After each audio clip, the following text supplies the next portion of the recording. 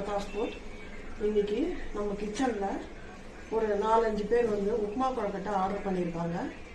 அது எப்படி பண்ணுறதுன்னு பார்ப்போம். நார்மலாக உப்புமா கொழுக்கட்டை பண்ணுறதுன்னா அரிசியை ஊற வச்சு களைஞ்சி உணர்த்தி அதுக்கப்புறம் மிக்சியில் அரைச்சி அதுக்கப்புறமா வந்து உப்புமா மாதிரி கிண்டி அதை வந்து கொழுக்கட்டை பண்ணுறது வந்து அது ஒரு மெத்தடு. அது கொஞ்சம் லாங் ப்ராசஸ். இது கொஞ்சம் ஈஸியான வழி. இது என்னன்னா, இதை எடுத்து வச்சிருக்கிற பொருள் எல்லாம் இது களையிறது காய வைக்கிறது அந்த வேலை இல்லாமல் அப்படியே ராவாவே நம்ம வந்து வறுத்து அரைச்சி பண்ண போகிறோம். அது டேஸ்ட்டும் நல்லாயிருக்கும், சீக்கிரமும் வேலை முடியும். அது மாதிரி இது லாங் ப்ராசஸ் இல்லாமல் கொஞ்சம் சிம்பிளாக ஈஸியாக வேலை முடியும். இன்றைக்கி ஒரு 5 பேர் கேட்டிருக்காங்க டின்னருக்கு. அதனால அவங்களுக்காக நான் இன்றைக்கி உப்புமா கொழுக்கட்டை ரெடி பண்ண போகிறேன். அதுக்கு என்னென்ன வேணுங்கிறது பார்க்கலாம். அதுக்கு முன்னாடி எங்களுடைய ஐட்டங்கள்லாம் உங்களுக்கு பிடிச்சிருந்ததுன்னா எங்களை லதா ஃபுட்ஸுக்கு சப்ஸ்கிரைப் பண்ணுங்கள், பெல் பட்டனை ப்ரெஸ் பண்ணுங்கள். தேங்க்யூ. இப்போ வாங்க என்னென்ன வேணுங்கிறத பார்க்கலாம். நான் வந்து 2 டம்ளர் ஃபுல்லாக அரிசி எடுத்து வச்சுருக்கேன். பச்சரிசி. இது வந்து பாஸ்மதி ரைஸை தவிர மற்ற எல்லா அரிசியும் நல்லாயிருக்கும். இதுக்கு பொன்னி அரிசி, அப்புறம் சோனா மசூரி, நார்மல் அரிசி எந்த பச்சை அரிசியும் இதுக்கு சரியாக வரும். நான் வந்து பொன்னி அரிசி தான் எடுத்து வச்சுருக்கேன். 2 டம்ளர் எடுத்து வச்சுருக்கேன். அதுக்கு 2 டேபிள் ஸ்பூன் அளவுக்கு துவரம்பருப்பு எடுத்து வச்சுருக்கேன். இது ரெண்டும் வந்து வறுக்க வேண்டிய ஐட்டம். அதுக்கப்புறமா இதில் சேர்க்க வேண்டியது என்னென்னா, அரைக்கும் போது சேர்க்க வேண்டியது என்னென்னா தேங்காய், வேர்க்கடலை, சீரகம், ஒரு 1/4 டீஸ்பூன் மிளகு சேர்த்துருக்கேன். மிளகு வந்து ரொம்ப சேர்த்தோம்னா கலர் மாறிடும், அந்த ஒயிட் கலர் வராதுங்கிறதுனால பேருக்கு ஒரு 1/4 ஸ்பூன் மிளகு, ஒரு டேபிள் ஸ்பூன் சீரகம் எடுத்துருக்கேன். அப்புறம் தேவையான அளவுக்கு வறுத்த வேர்க்கடலை எடுத்துருக்கேன். இதெல்லாம் தான் வந்து இப்போ வறுக்க வேண்டிய ஐட்டம். தாளிக்கிறதுக்கு கடுகு, உளுத்தம்பருப்பு, பச்சை மிளகா, இஞ்சி, கருவேப்பிலை. இதுக்கு வந்து தேங்காய் எண்ணெய் தான் நல்லது, அதுதான் டேஸ்ட்டாக இருக்கும். அதுக்காக நான் தேங்காய் எண்ணெய் எடுத்து வச்சுருக்கேன். இப்போ வாங்க முதல்ல எப்படி வறுக்கிறதுங்கிறத பார்ப்போம். இதெல்லாம் ரொம்ப வந்து கோல்டன் ப்ரௌன் கலரில் வரணும்னு அவசியம் இல்லை. கொஞ்சம் நார்மலாக சூடு இருந்தால் போகணும். ரொம்பவும் பச்சை வாசனை இல்லாமல் அந்த சூடு வந்ததுனால நல்லா கிறிஸ்பியாக இருக்கும். அது பண்ணும்போது நமக்கு நல்லா சாஃப்டாக இருக்கும் சாப்பிடும்போது. அதுக்காக தான் அது பண்ணுறது. இது இந்த அளவுக்கு வச்சாங்க கொஞ்சம் எடுத்துடலாம். அரிசியை வறுக்கலாம்.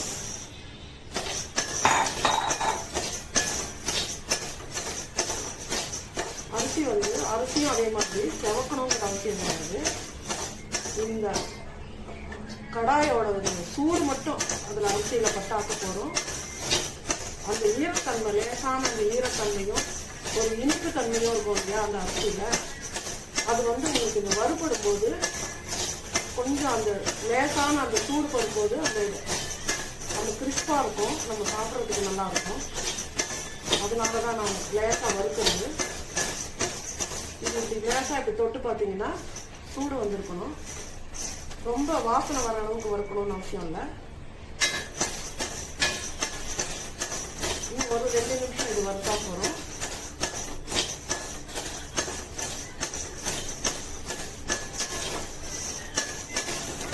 இது பார்த்தீங்கன்னா உங்களுக்கே தெரியும் அந்த சூடு வந்துருக்கு இதில்.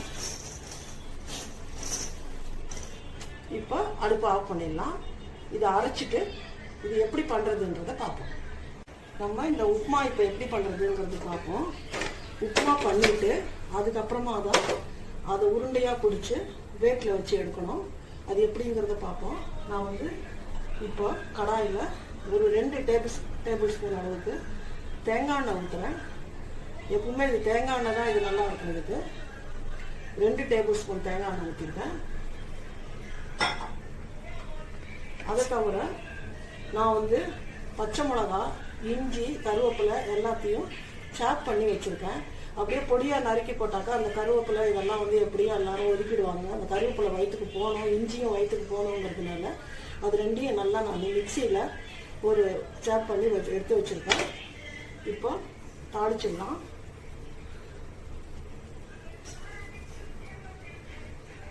ஒரு ஸ்பூன் கடுகு வெடிக்கட்டும்.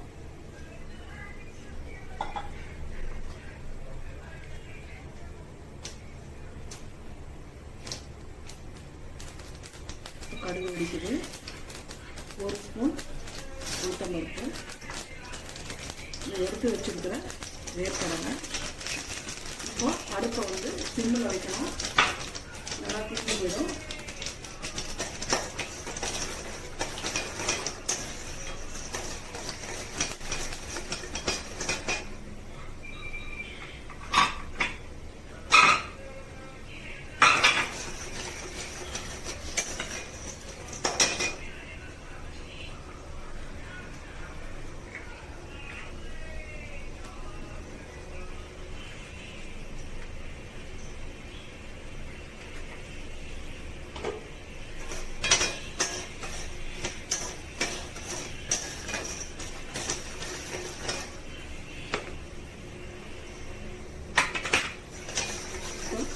வேர்க்கடலை நல்லா பொரிஞ்சு வருது. இது பார்த்தீங்கன்னா தெரியும்.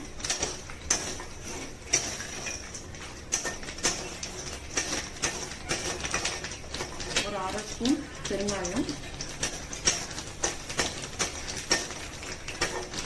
இந்த இஞ்சி, பச்சை மிளகா, கருவேப்பிலை, ஒரு கொத்து கருவேப்பிலை,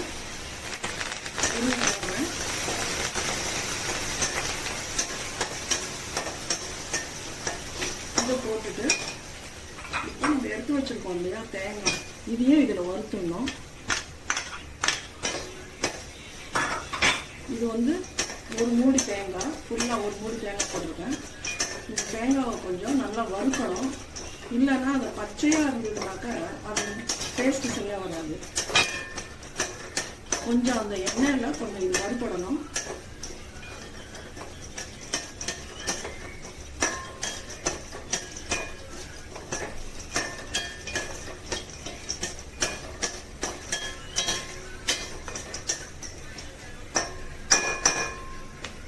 பார்த்தீங்கன்னா உங்களுக்கே தெரியும், அந்த எண்ணெயில் எல்லாமே கலந்து மிக்ஸ் ஆகி லேசாக அப்படியே எண்ணெய் பிரிஞ்சு வர மாதிரி இருக்குது. பார்த்தீங்களா? இப்போ நான் இதில் தண்ணி விடுவேன். நான் 1 லிட்டர் தண்ணி இப்போ இதில் விடுவேன்.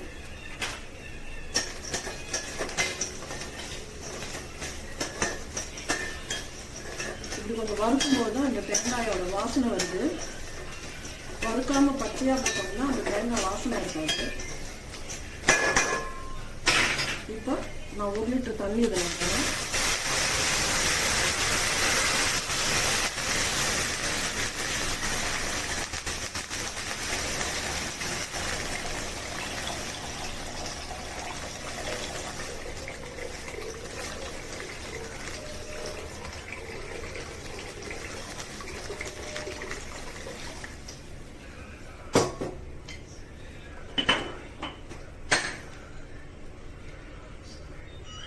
இதுக்கு தேவையான கல் உப்பு போடுறேன். உப்பு வந்து உங்களோட டேஸ்ட்டுக்கு ஏற்ற மாதிரி போட்டுக்கோங்க. நான் 1 ஸ்பூன் உப்பு போட்டிருக்கேன்.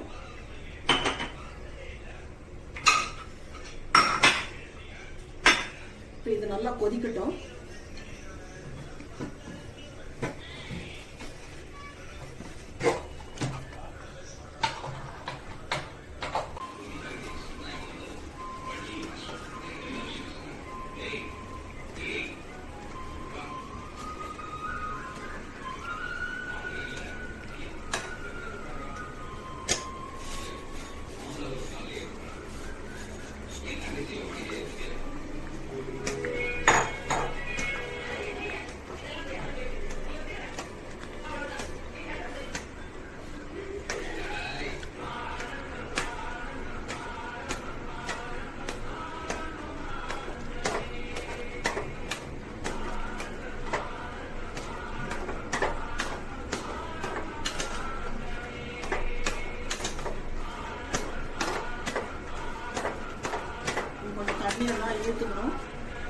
இழுத்துக்கிட்டு இது கொஞ்சம் ஆறின உடனே தான் நம்ம வந்து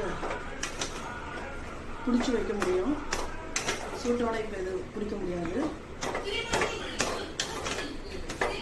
இது கொஞ்சம் நேரம் கழிச்சு தண்ணியெல்லாம் இழுத்துக்கும். ஆறின உடனே நம்ம வேட்டில் வச்சு எடுக்கலாம். ஆறி எடுத்து இதில் உருட்டி வச்சுருக்கோம். இந்த ஸ்டீமரில் எண்ணெயை தடவிட்டு இதில் உருட்டி வைக்கிறேன். இதில் வேட்டில் வச்சு எடுக்கணும். ஒரு 10 நிமிஷம் ஆகும். தண்ணி கொதிக்குது. இப்போ இதில் இது வைக்கிறோம்.